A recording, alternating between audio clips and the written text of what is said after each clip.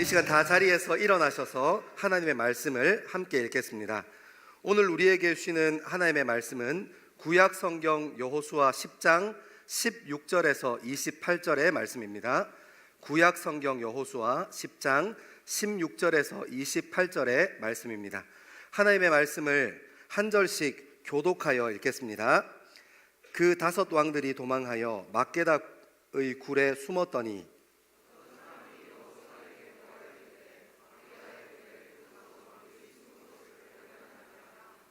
여호수아가 이르되 굴 어귀에 큰 돌을 굴려 막고 사람을 그 곁에 두어 그들을 지키게 하고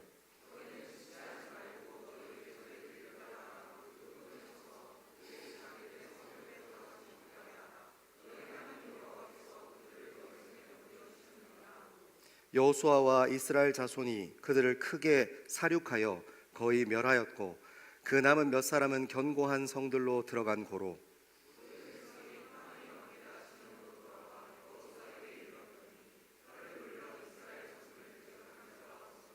그때 여호수아가 이르되 굴 어귀를 열고 그 굴에서 그 5 왕들을 내게로 끌어내라 하매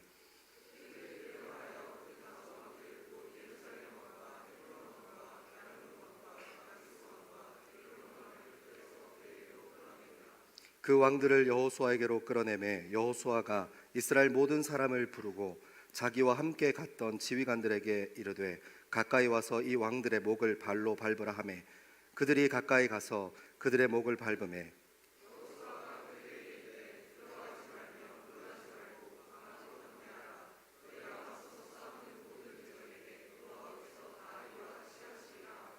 그 후에 여호수아가 그 왕들을 쳐 죽여 5 나무에 매달고 저녁까지 나무에 달린 채로 두었다가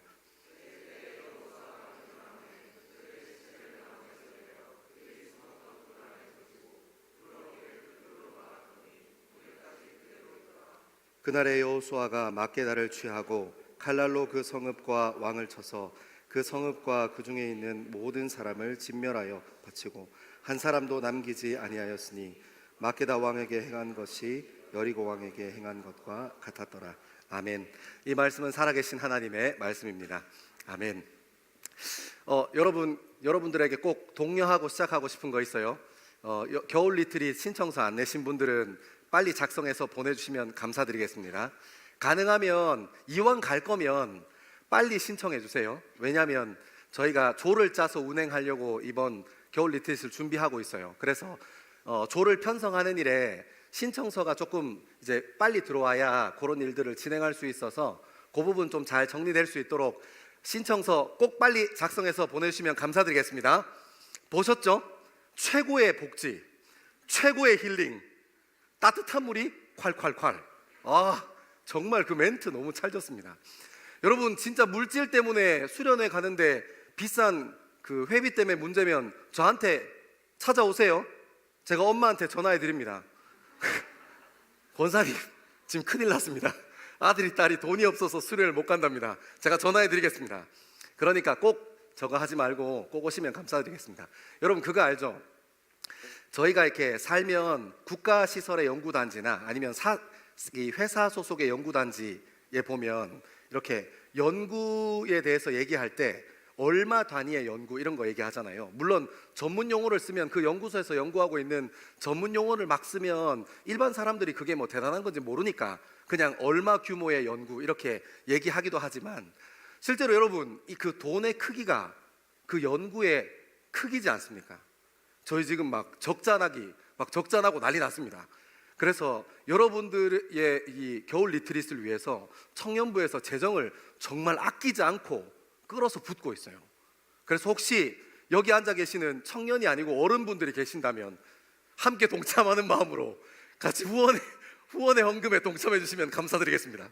지금 청년부 빵꾸 나가지고 어제 재정을 대충 계산해 봤는데 회비를 그렇게 올렸는데도 빵꾸가 나기 직전이어서 하나님께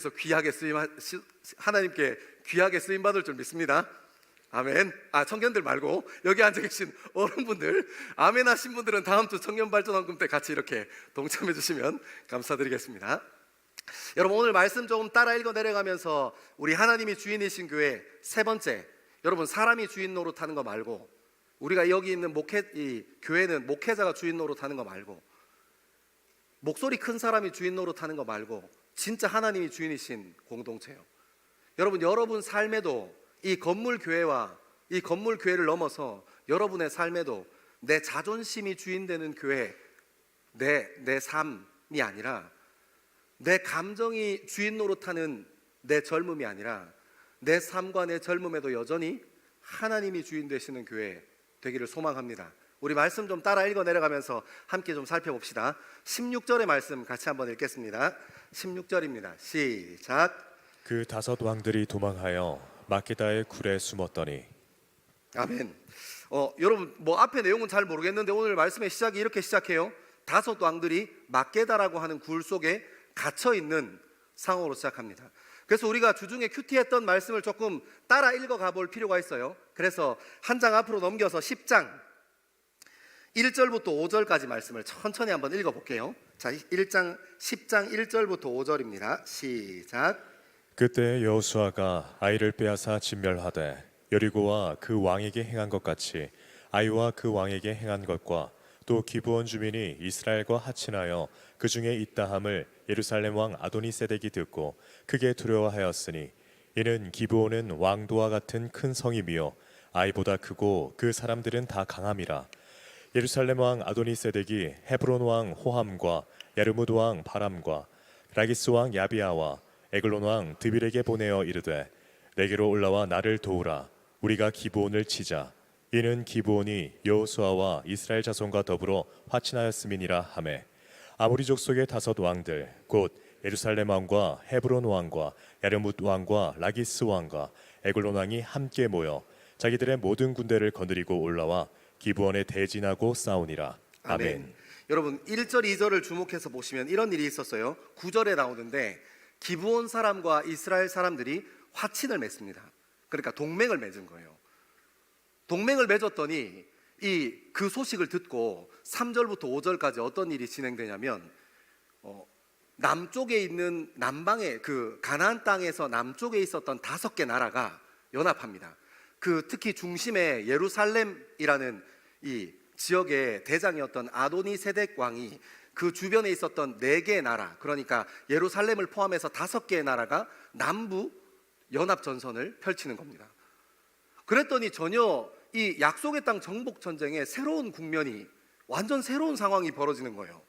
이스라엘 백성들이 하나님께서 주신 그 마음을 가지고 한 종족 한 종족 쳐서 부수고 들어가서 저거 하겠다는 게 아니라, 정복해 나가겠다는 게 아니라, 뜬금없이 이스라엘과 기브온이 화친을 맺자 그 약속의 땅 안에 있었던 사람들끼리 자기네들끼리 치고받고 싸우겠다는 거예요.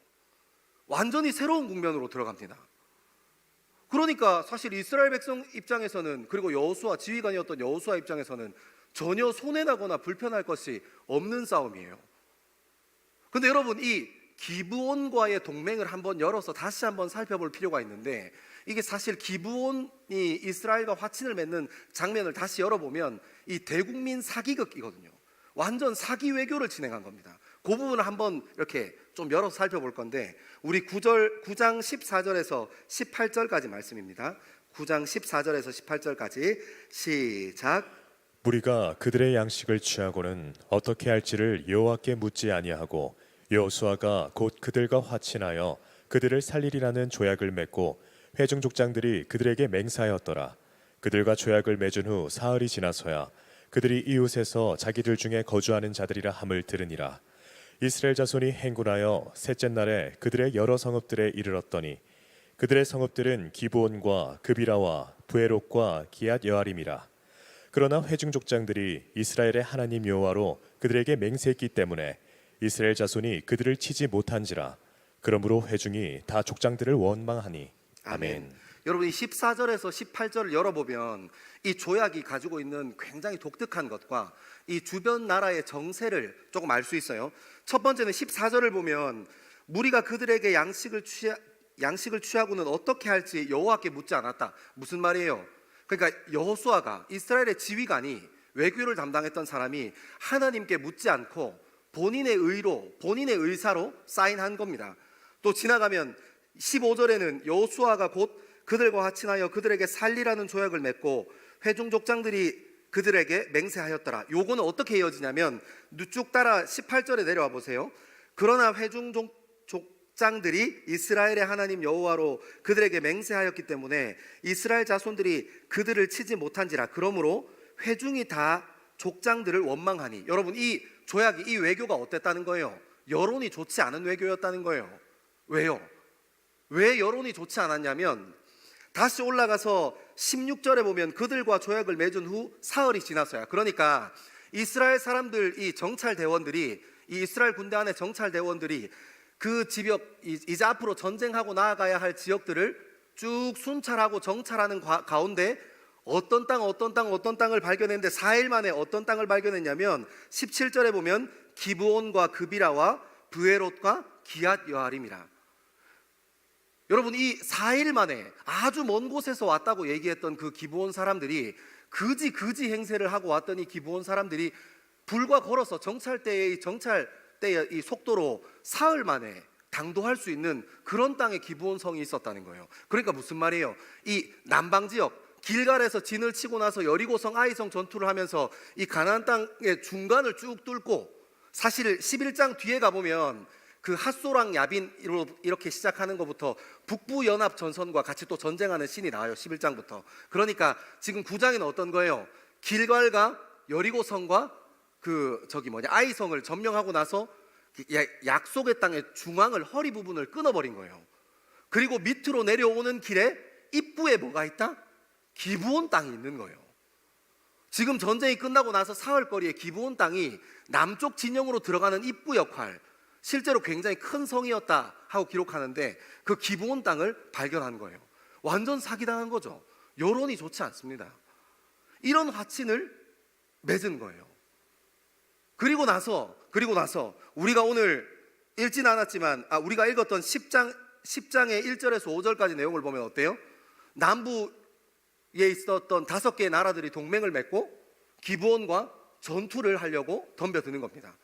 그랬더니 이제 우리가 읽진 않았지만 10장 6절에 보면 길갈에 사람을 보내어서 우리 죽겠다, 우리 좀 살려줘, 이렇게 얘기하는 거죠. 그러고 나서 어떤 일이 일어나냐면 우리 10장 7절 8절 같이 한번 읽겠습니다. 10장 7절 8절입니다. 시작. 여호수아가 모든 군사와 용사와 더불어 길갈에서 올라가니라. 그때 여호와께서 여호수아에게 이르시되 그들을 두려워하지 말라. 내가 그들을 내 손에 넘겨주었으니 그들 중에서 한 사람도 너를 당할 자 없으리라 하신지라. 아멘. 여러분, 이런 상황에 사기조약을 맺었는데 그 사기조약을 맺은 기브온이 5개 연합 동맹의 공격을 받고 있을 때 길갈에 SOS를 요청했고, 여호수아는 군대를 일으켜서 7장 7절 8절 이렇게 막 올라가는 거예요. 그러면서 하나님께 붙들려 있는 여호수아의 모습이 드러납니다. 여러분, 생각해보면 여호수아 입장에서 여론도 좋지 않은 이 화친 동맹, 굳이 가서 기브온 땅까지 수성할 필요 없는 거예요. 걔네들끼리 치고받고 싸우겠다고 하니 군사를 일으키는 액션은 보이고 조금 천천히 당도하면 자기네들끼리 뭐 붙어라, 이겨라, 져라 뭐 이렇게 게임하다가 나중에 무혈 입성할 수도 있는 건데, 여호수아는 기어이 7절 8절에 보면 주님의 말씀을 붙잡고 밤새도록 그 길을 올라가서 그 기브온 성을 돕고 연합하고 함께 합니다. 그래서 그 기브온 성 수성을 이루어내요. 여러분, 얼마나 이 여호수아가 고민이 많고 여호수아가 생각이 많았을까요? 조금만 천천히 가면 정말 딱 보니까 이득만 취할 수 있겠는데, 그냥 여기서 액션을 조금 느리게 가면 좀 뒤집어진 여론을 다시 이 여호수아와 지휘부에게 조금 그 여론을 돌릴 수 있을 것 같은데 얼마나 머릿속으로 고민이 많았겠습니까? 근데 여호수아에게는 딱 하나, 하나님께 붙들려 있는 것. 비록 자기가 실수하고, 비록 자신이 꼼꼼하게 알아보지 않고 잘못된, 깊이 생각해보지 않고 하나님께 여쭤보지 않고 잘못된 화친을 맺었지만, 그 화친, 잘못된 화친을 가지고, 그 동맹을 가지고 주님 앞에 나갔더니 주님께서 군사를 일으켜 가라고 하시는 거예요. 그러니까 망설이지 않고 그 길을 떠나는 겁니다. 그리고 밤새 가서 기브온성 수성을 도왔다 하는 표현이 나옵니다, 성경에. 사랑하는 여러분, 제가 여호수아가 군사를 일으켜서 이렇게 기브온 땅에 가는 장면들을 몇 번 연습장에 적어놓고 이렇게 읽어보고 써보고 묵상하고 하다가 여기에 나오는 내용이 우리 삶과 너무 많이 닮았더라고요. 여러분, 우리 삶은 여호수아의 결정과 크게 다르지 않더라고요. 여러분의 삶은 어때요? 어떤 면이냐면 우리는 너무너무 참을 수 없는 가벼움을 가지고 우리 인생에서 하는 여러 가지 결정들도 실수하고 잘못하잖아요. 그죠? 여러분 잘못 안 하십니까? 여러분 생각해 보니까 그래요. 여호수아가 정말 중요한 결정을 조금 더 꼼꼼히 하고 신중히 하고 주님 앞에 물어봤으면 참 좋았겠지만 그렇게 하지 못한 것처럼 사랑하는 여러분, 우리 2025년을 살아가는 우리 인생에도 그 참을 수 없는 가벼움, 눈에 보이는 것을 전부로 믿고 싶어하는 그 참을 수 없는 가벼움이 우리에게 있습니다. 그래서 그 가벼움 때문에 실수하고 실패해요. 때로는 어떻습니까? 저희가 나이가 먹어갈수록 어떤 게 보여요? 우리가 미숙했을 때 혹은 우리보다 미숙한 친구들을 바라볼 때 우리 마음에 어떤 생각이 들어요? 미숙할 때는 남들에게 인정받고 관심받는 게 너무너무 중요한 일 아닙니까? 그래서 한없이 그 쏟아지는 가벼움들, 말 실수하고 행동 실수하고 자기가 주목받고 싶으니까, 자기가 인정받고 싶으니까 과하게 말하고 과하게 행동하고, 그것을 여러분 뒤돌아서 후회하고, 혹은 성숙의 자리로 하나님께서 우리를 이끄실 때 그 자리에서 주님을 바라보고 후회하는 그것이 우리의 젊음 아닙니까? 그런 것만 있습니까? 때로 우리가 실수하고 실패할 때 냉정하게 우리가 악의적인 마음을 가지고 상대방에게 상처 주고 싶을 때가 있잖아요. 제 마음 가운데 불쑥 찾아온 그 마음, 정말 악의적인 마음을 가지고 상대방에게 상처 내기도 합니다. 미숙해서 상처 내기도 하지만 내 마음 가운데 씻을 수 없는 죄의 욕망, 불쑥불쑥하고 떠오르는 그런 우리 인간의 본성들이 남들에게 정말 악의적으로, 내 주변에 있는 사람들에게 악의적으로 실수하고 상처 주기도 합니다. 여러분 또 어떻습니까? 우리가 실수하고 상처 주고 실패하는 일이 거기에만 있습니까? 생각해보면 우리 인생을 천천히 다시 한번 우리 인생을 읽어보면 때로는 우리가 남들에게 상처 주려고 그랬던 게 아니고 그 사람이랑 관계를 좀 잘 열어가보고 싶어서, 그 일에 대해서 조금 더 성공적으로 뭔가 잘 해보고 싶어서 잘해보려고 덤볐다가 원치 않게 상대방에게 상처 주기도 하고 상대방에게 아픔을 주기도 하는 것이 우리 인생입니다. 여러분, 참을 수 없는 가벼움, 눈에 보이는 것이 전부인 것처럼 느껴지고 눈에 보이는 것으로 판단하고 결정하는 것이 정말 바르게 보이는 그런 판단 말입니다. 여러분, 우리 삶 가운데 그런 참을 수 없는 가벼움이 있습니다. 우리 인간은 실수하는 것이 우리 인간의 본성입니다.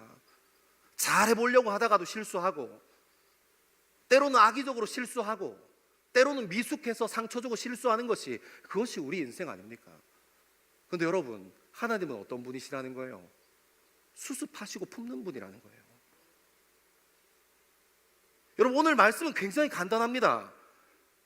이 잘못된 대국민 사기극으로 이루어진, 외교의 불찰로 이루어진 이 잘못된 화친을 지키기 위해서 하나님께 붙들린 자기의 실수를 자기가 감당하려고 하지 않고, 머리에 돌아가는 계산에 붙들리려고 하지 않고 하나님 앞에 나아가서 자기의 실수를 붙들고 주님을 붙들었던 여호수아를 통해서 무엇을 확인하게 하는 겁니까? 우리는 실수하고 넘어지고 상처 주는 사람입니다.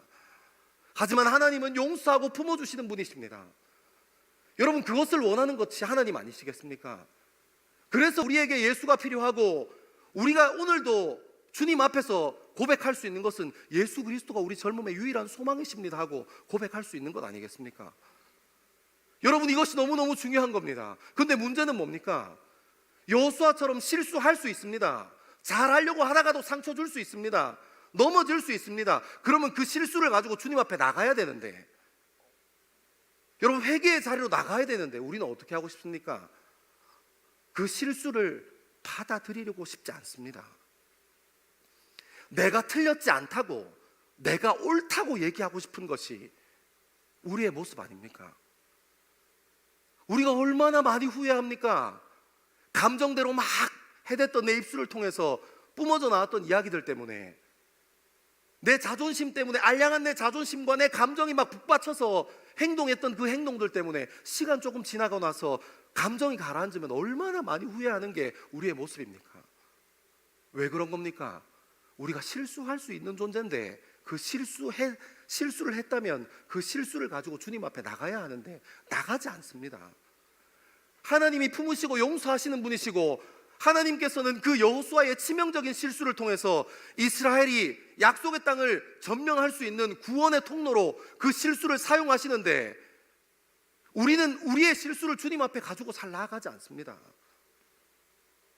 끝까지 자존심 부려보고 싶고 끝까지 내가 틀렸다고 얘기하지 않고 싶고.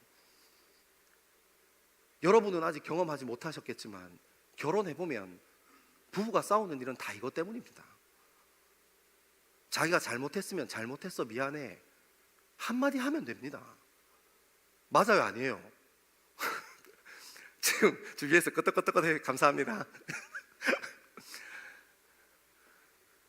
여러분 부부 생활 하다 보면 뭘로 싸울 일이 그렇게 없나 그런 걸로 싸우나 이런 얘기가 생길 만큼 그런 때가 있어요.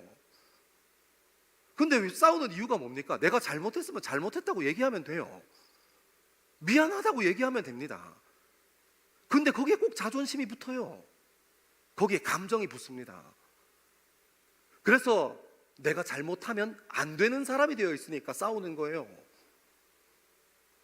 여러분 우리 친구 관계는 어떻습니까?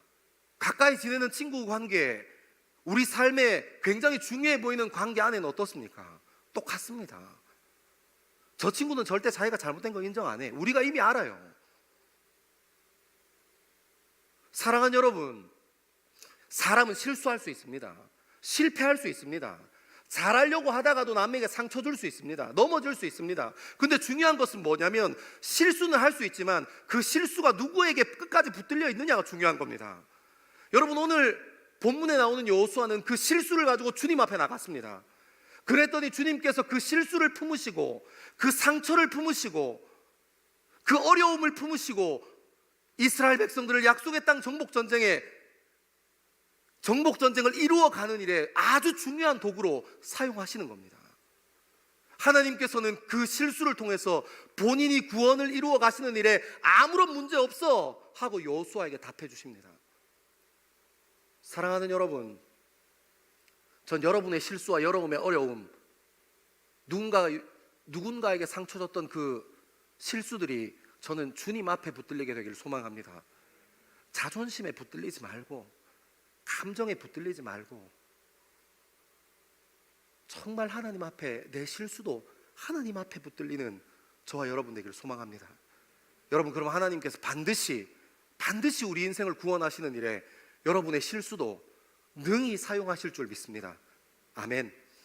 우리 말씀을 조금 더 따라 읽어 내려가 봅시다. 이제 10장 16절에서 18절까지 말씀입니다. 16절에서 18절입니다. 시작.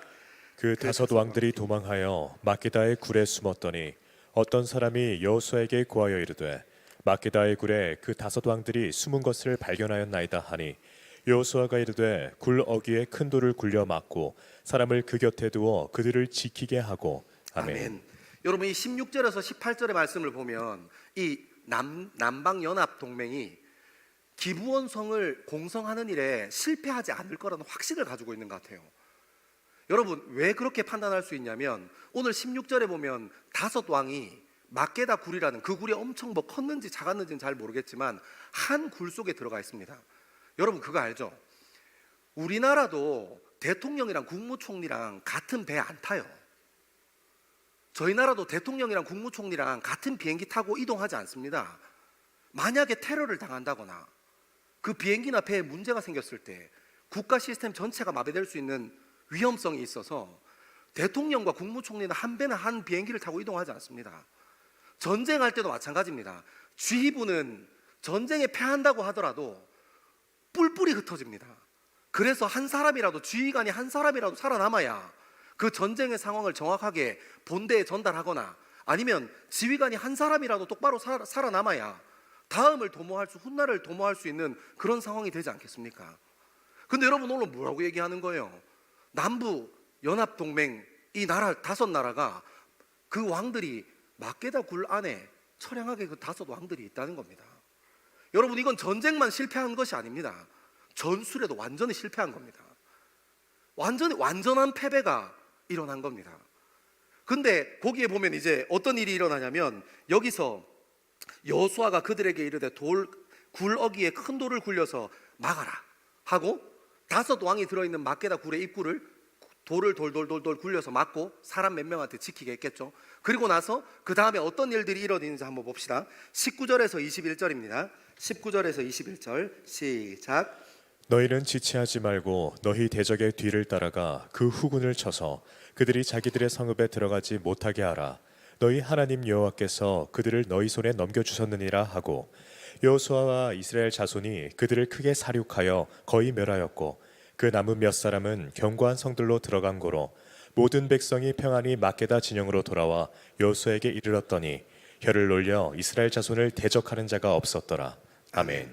여러분 막게다 굴에다가 돌을 돌려서 입구를 막아놓고 사람을 몇 명 지키게 한 후에 그리고 여호수아의 판단은 적군의 후미를 그러니까 남부 동맹의 후미를 추격하라 하고 군대를 일으켜서 다시 그 뒤를 쫓아가요. 근데 여러분 이게 굉장히 판단하기 어려운 선택인 게 한번 생각해 보세요. 일단은 여론이 너무 좋지 않은 전쟁을 시작한 거잖아요. 그럼 기브온 땅 수성했으면 됐지. 기브온 성만 딱 수성했으면 할 일 다 한 거잖아요. 기브온 사람들로 원했던 것은 적군의 전멸이 아니라 기브온 성, 우리 성을 좀 도와주라, 좀 살려주라 하는 거였어요. 거기서 딱 멈추면 됐었습니다. 그리고 여러분 우리가 7절, 8절, 9절, 10절에 쭉쭉쭉쭉 이어져 내려오는 내용이 어떤 내용들이냐면 밤새 이스라엘 군대가 그 군대를 일으켜서 밤새 기브온 땅으로 가서 전쟁을 속행했어요. 여러분 그러니까 이 군대 체력이 어떻겠어요? 밤새 군대를 운영했던 쉬지도 않고 쉬지도 못한 그 군대를 그냥 그대로 계속 가야 한다 하고 독려하고 부추기는 것이 쉽지 않겠죠. 그리고 여러분 수성하는 것과 그러니까 성을 방어하는 것과 이제 들파 필드로 나가서 전면전을 개시하는 일은 완전 다른 일입니다. 그러니까 준비해야죠. 근데 준비할 시간 없이 나가는 일이 여호수아에게 굉장히 부담이었을 거예요.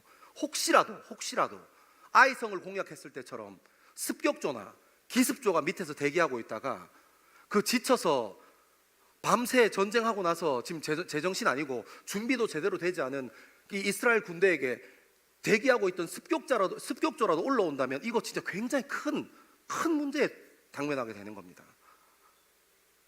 이런 상황인데 여호수아가 가자 얘기하는 거예요.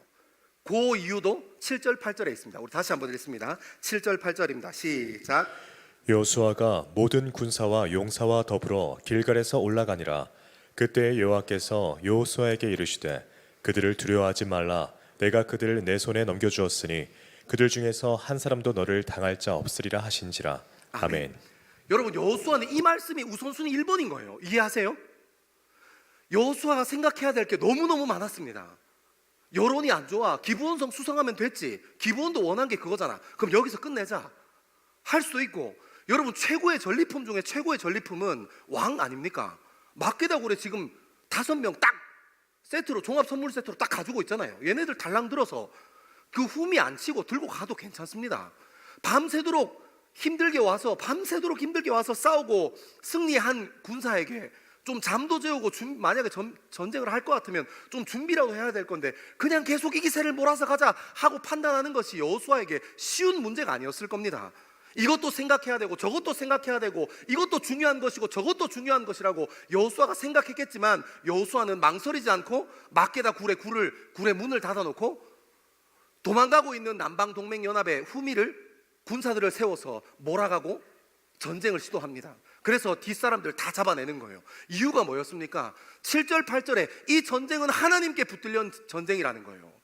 하나님께서 단 한 사람도 너에게 대항하지 못하겠다 하고 하나님께서 확언 주신 그 말씀 붙잡고 가는 겁니다. 사랑하는 여러분 이 전쟁 이야기가 우리 젊음에 시사하는 것이 너무너무 크다는 걸 알았어요. 무엇입니까? 우선순위요. 여러분의 젊음의 우선순위는 무엇입니까? 하나님께서 말씀해 주시면 음성 들려주시면 그렇게 따라 살면 되죠. 여러분 말이 쉽지 그게 가능합니까?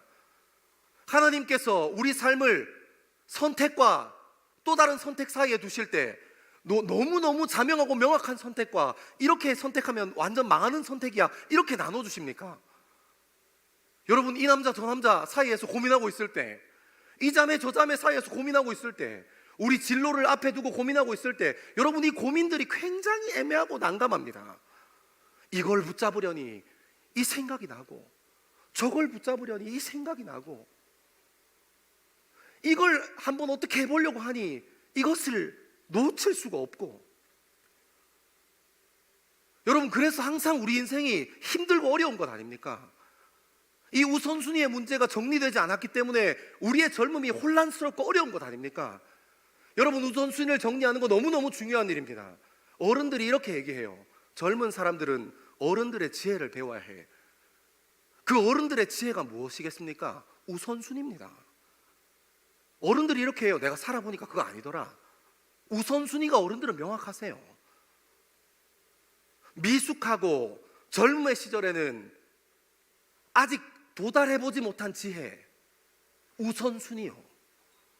사랑하는 여러분, 한번 생각해 보십시오. 여러분 인생에 우선순위만 질서정연하게 명확해도 여러분 인생 그렇게 혼란스럽지 않습니다.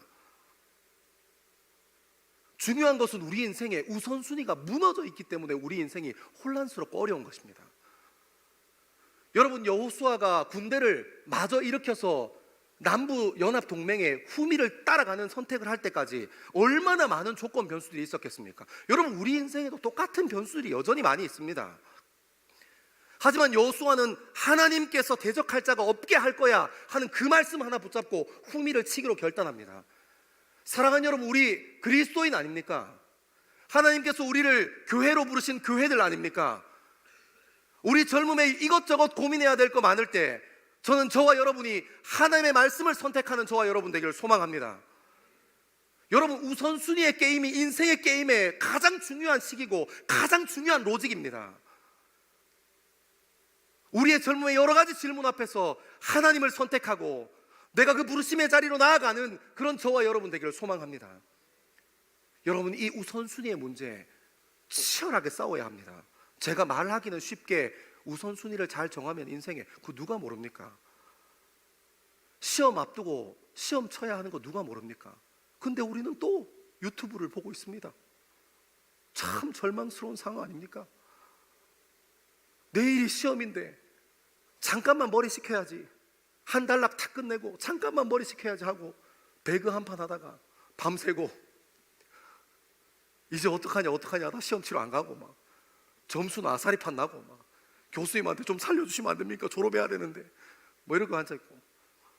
여러분, 이 우선순위 여전히 우리 삶 가운데 굉장히 중요한 문제입니다. 여러분, 이 문제 가지고 주님 앞에 나가면 저는 주님께서 여러분의 인생 인도하실 줄 믿습니다. 여호수아도 얼마나 고민이 많았겠습니까? 하지만 주님께 붙들리니까 가는 겁니다. 주님 원하시면 그 자리에서 죽는 겁니다. 여러분, 사람이 한 번 태어나서 그런 거 하나 조금 있어야 되지 않겠습니까? 우리 역사 드라마나 역사 영화 같은 거 볼 때 자기 주군을 향한 충성, 그것 때문에 죽을 줄 알면서도 그 전쟁 한복판으로 뛰어드는 그 신하를 보면서 막 같이 찔찔 울고 막 나도 저런 인생, 그런 인생 좀 살게 되기를 소망합니다. 여러분, 이것 재고 저것 재고 하는 사람 말고 주님께서 내게 부르셨어? 그럼 나 한번 갈 거야. 주님께서 겨울 리트리스로 부르셔? 그럼 주님, 저는 가겠습니다. 왜 다 아멘 하지 않습니까? 나쁜 사람들. 여러분, 주변 사람을 통해서 하나님께서 말씀하실 때도 있고, 아니면 물어보세요. 주님한테. 주님, 나 겨울 리트리 가면 이것도 못하고 저것도 못 가요. 그럼 하나님께서 응답하실 겁니다. 묻지도 않고 나는 상황이 안 되니까 하고 쭉 치우지 말고, 겨울 리트리 앞두고 하나님 정말 이 시간 하나님께서 원하시는 자리에 제가 서 있겠습니다. 주님 반드시 응답하실 겁니다. 길이 막혀 있고 환경이 닫혀 있습니까? 반드시 열어주실 겁니다. 왜요? 하나님께서 그 자리에 있기 원하시면 하나님께서 나머지는 책임지실 거거든요. 여러분, 우리 삶의 우선순위 너무너무 중요합니다. 제가 첫 번째 할 때 까먹고 지나갔는데 첫 번째도 두 번째도 여러분들에게 마지막으로 전하고 싶은 말은 이겁니다. 여러분, 우선순위의 1번이 하나님이야. 내 인생에, 내 젊음의 1번은 하나님이지, 이게 하나님이 주인이신 교회 아닙니까? 내가 다른 거 고민하는 거 되게 많아. 돈도 고민해야 하고, 이제 배우자도 고민해야 하고, 내 스펙도 고민해야 되고 이직도 고민해야 되고 눈 3개 달린 상사도 고민해야 하고 얼마나 하면 그럴 게 많습니까? 근데 내 인생의 1번 하나님이야. 여러분, 그게 하나님이 주인이신 교회입니다. 나 타협 안 해. 내 우선순위 명확해. 이것이 하나님이 주인이신 교회입니다. 사랑하는 여러분, 2025년 저희는 하나님이 주인이신 교회라는 슬로건 가지고 앞으로도 뛰어갈 겁니다. 전 저와 여러분의 젊음 가운데 우선순위가 하나님 한 분이어서 하나님이 주인이신 교회 이루어가는 2025년 되기를 소망합니다. 우리 이제 막바지를 따라서 조금 더 읽어 내려가 봅시다. 우리 10장 22절과 23절 같이 한번 읽겠습니다. 22절과 23절입니다. 시작. 그때 여호수아가 이르되 굴 어귀를 열고 그 굴에서 그 5 왕들을 내게로 끌어내라 하매 그들이 그대로 하여 그 5 왕들 곧 예루살렘 왕과 헤브론 왕과 야르뭇 왕과 라기스 왕과 에글론 왕을 굴에서 그에게로 끌어내니라. 아멘. 여러분, 5 왕들이 나왔습니다. 얼마나 비참했겠습니까? 이거보다 더 비참한 게 어디 있습니까? 살려고 막게다굴에 숨었는데 살아서 굴을 나왔어요. 근데 이제 정신 차려 보니까 자기 군대가 다 전멸되고 없는 거예요. 지휘관의 최고의 수치 아닙니까? 차라리 내가 그 자리에서 도망가지 말고 막게다굴에 숨지 말고 도망가는 내 아군들, 우리 민족들과 함께 싸우다가 그 자리에서 죽을 걸. 그런 후회 얼마나 많이 했겠습니까? 얼마나 수치스럽고 비참한 일이 그 현장 한가운데 5 왕이 막게다굴에서 끌려 나왔겠습니까? 여러분, 제가 22절, 23절 연습장에 적어놓고 묵상하다가 제가 갑자기 뜬금없이 제 마음에 이런 마음이 들더라고요. 왕이 숨을 수 있나? 여러분, 왕이 숨을 수 있습니까? 그 상징적인 사람이 다른 장군들보다, 지휘관들이면 일반 병사보다 더 화려하고 좋은 옷을 입었다고 해요. 왜냐하면 옛날에는 무전기도 없고 스피커 시스템도 없으니까 그 반짝반짝거리는 사람이 뭐라고 하면 그 말 듣고 전쟁하는데 집중해야 될 거 아닙니까? 그래서 옛날부터 장군들이 일부러 막 화려한 옷을 입었던 게 아니라 전투 지휘하는데 용이했기 때문에 반짝반짝 빛나는 전투 갑옷을 입었던 겁니다. 왕이었으니까 일반 지휘관이랑 비슷했겠습니까? 얼마나 화려한 전투복을 입고 있었겠습니까?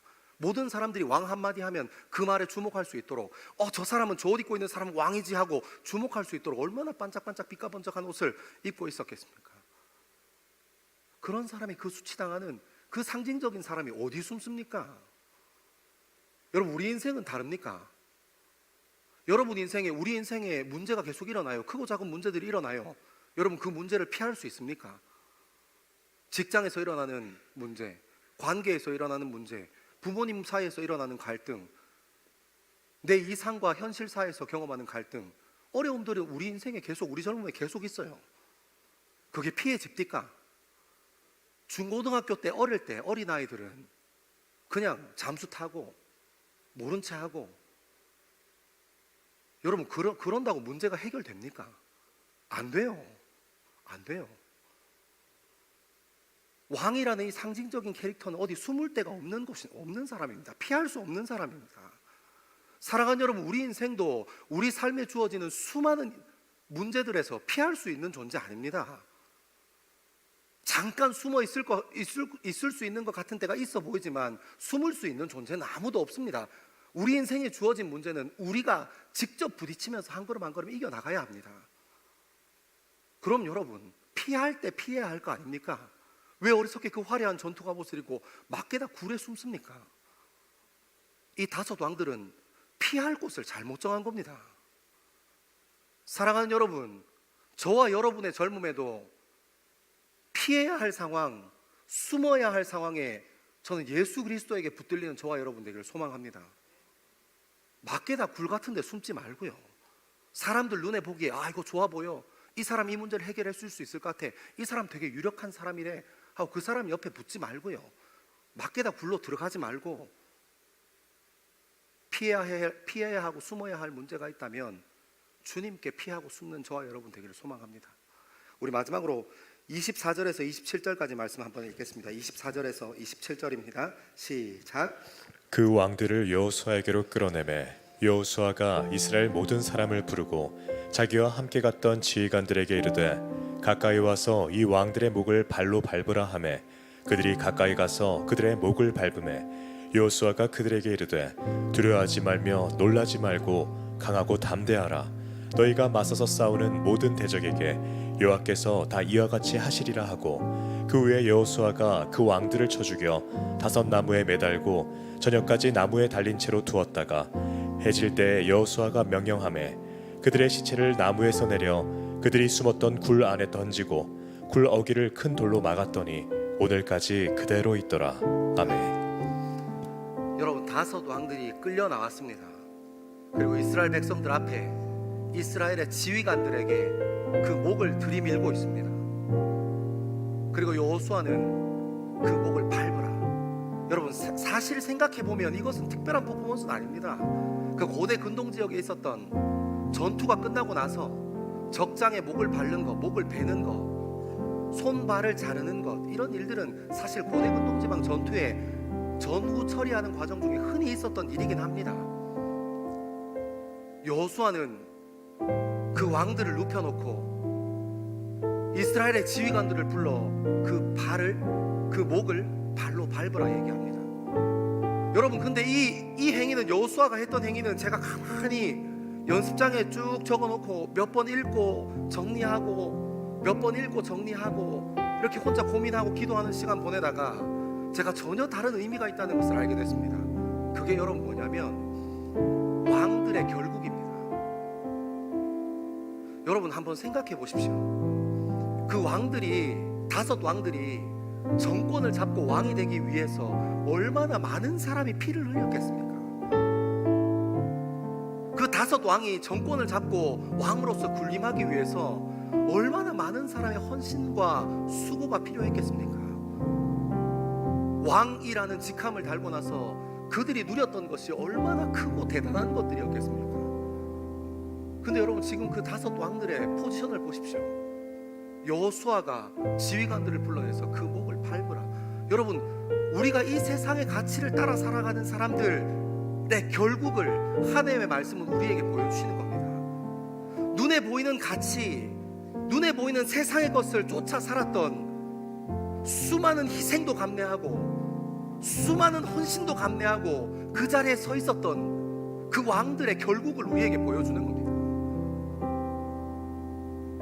이 세상의 가치를 따라서 돈, 물질, 성하고 내 감정이 중요하지, 내 자존심이 중요하지 하고 그렇게 세상의 가치를 쫓아 살아갔던 그 사람들, 수많은 사람들의 아픔과 상처를 주기도 하고 수많은 사람들의 헌신과 희생을 요구했던 그 사람들의 결과가, 그 사람들의 결국이 이스라엘의 지휘관의 발밑에 있는 겁니다.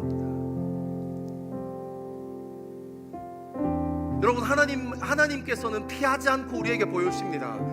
이 세상의 가치를 따라 자기 인생의 젊음을 던진 사람들, 이 세상의 가치를 따라 자기 인생을 던진 사람들의 최후가 어떤 모습인지를 하나님께서 숨기지 않으십니다.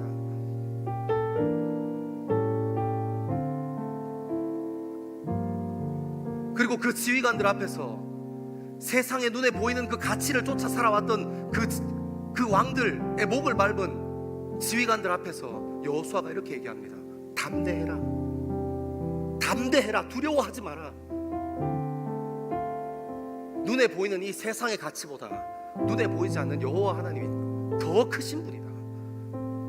사랑하는 여러분, 저는 이 전쟁의 가장 중요한 문제가 여기 있다는 것을 깨닫게 되기를 소망합니다.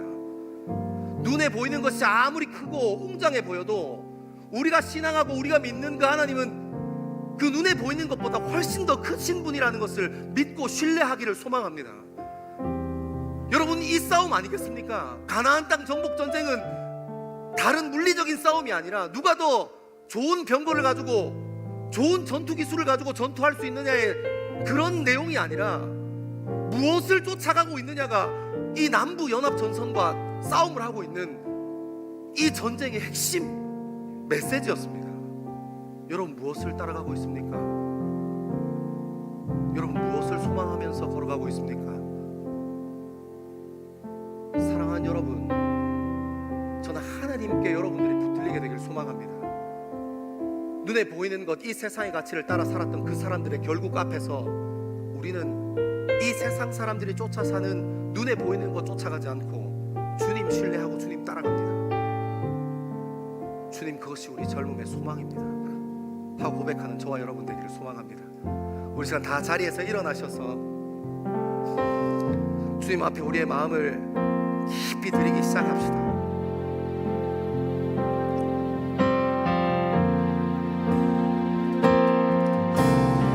내게 주신 모든 것 주께 감사드리며 많은 재물보다도 복음을 선택하고 화려한 길 아니라 진리의 길을 걷는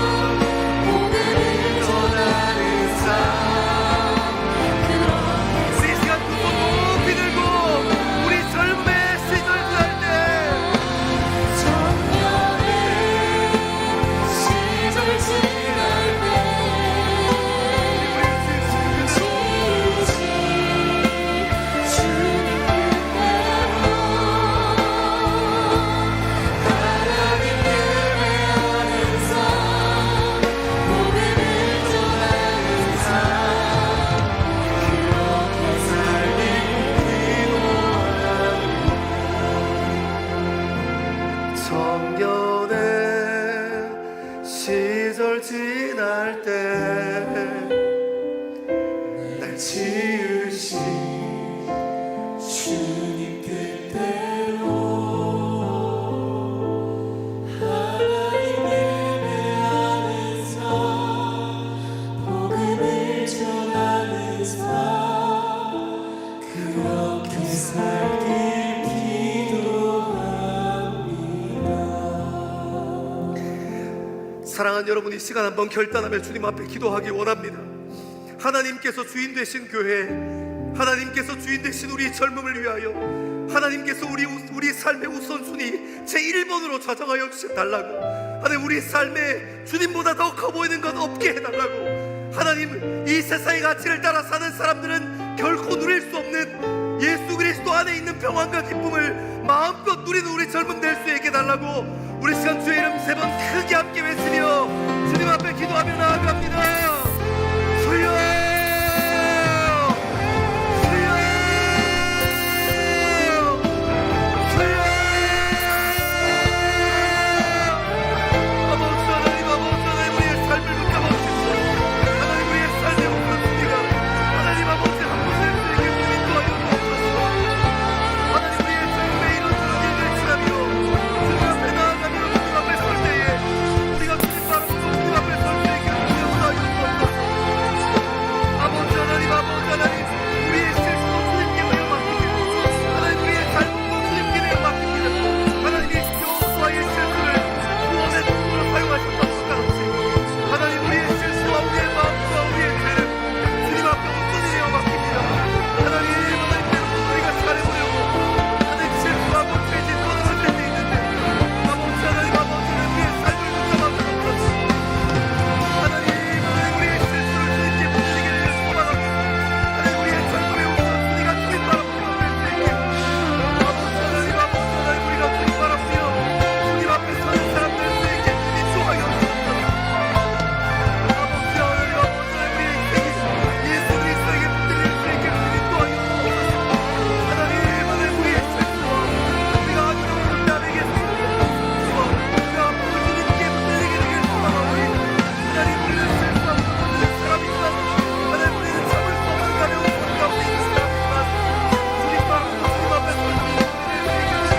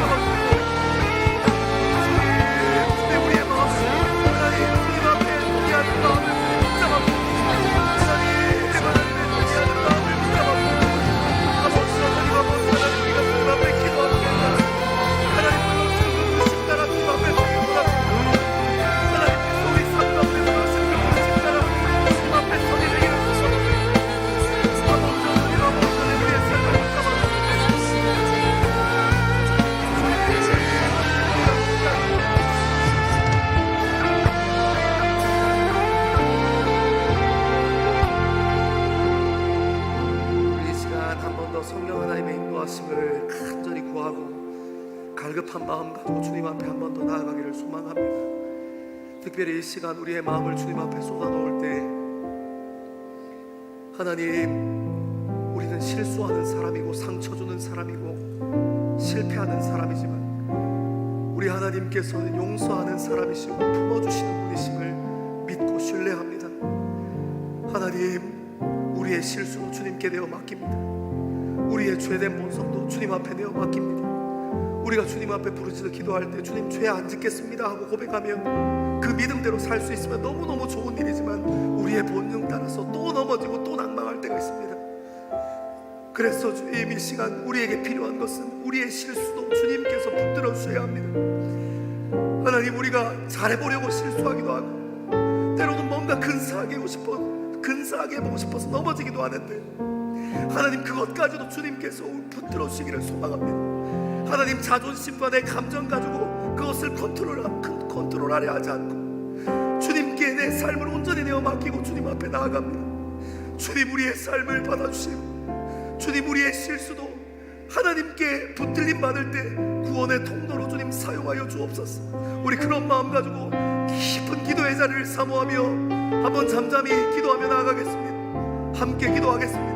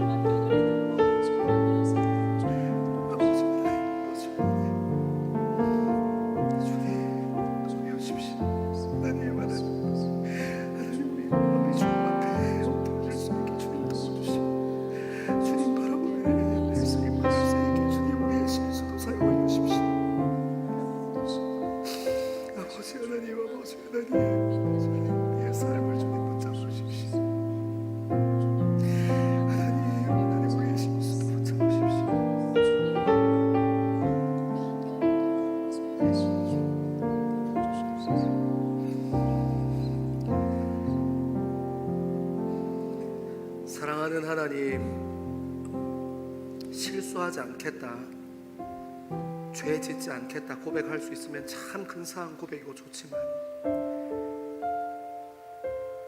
그 고백의 무게가 얼마나 무거운 것인지 저희는 너무나 잘 알고 있습니다. 돌아서면 또 넘어지고 상처 주고 실수하고 실패하는 것이 우리입니다. 사랑하는 하나님, 이 시간 이 말씀 앞에 다시 한번 우리의 중심을 세우는 것은 우리의 실수와 우리의 잘못과 우리의 죄를 주님께 온전히 맡겨드리니 주님께서 사용하여 주십시오. 내가 주인 노릇하려 하지 않고 내 자존심과 내 감정이 주인 노릇하려 하지 않고 내 실수에도 하나님이 주인 되어 주십시오. 사랑하는 하나님, 우리 인생의 우선순위가 예수 그리스도가 1번 되게 주님 도와주십시오. 고민해야 할 것도 많고 생각해야 할 것도 많고 가볍지 않은 우리의 젊음의 여러 가지 삶의 문제들이 있지만 그럼에도 불구하고 우리 인생의 가장 우선순위가 예수 그리스도 되셔서 하나님이 주인 되신 젊음 될 수 있게 주님 인도하여 주십시오. 이 세상 사람들이 쫓아다니는 이 세상의 결국을 다섯 왕을 통하여 우리에게 보여주셨으니 눈에 보이는 가치 따라 살지 않고 하나님 말씀 따라 사는 하나님이 주인 되신 교회로 우리의 젊음을 사용하여 주옵소서. 감사합니다. 이 모든 말씀을 우리 삶의 주인 되시는 예수 그리스도 이름 받들어 기도합니다. 아멘. 하나님께서 주인 되심을 고백하고 우리의 실수도 주님께서 주인 되시기를 고백하고 우리 삶의 우선순위에도 주님께서 주인 되시기를 고백하고 이 세상의 가치를 따라 살지 않고 눈에 보이지 않는 하나님을 우리의 가장 큰 주인 되신 분으로 받아들이기를 소망하는 이 시간 함께하는 젊은 그리스도인들 위해 그리고 예배를 사모하여 함께 예배의 자리를 지키는 하나님의 백성들 위해 하나님께서 선포하신 복을 선언합니다. 여호와는 내게 복을 주시고 너를 지키시기를 원하며 여호와는 그의 얼굴을 내게 비추사 은혜 베푸시기를 원하며 여호와는 그의 얼굴을 내게로 향하여 드사 평강 주시기를 원하노라. 아멘.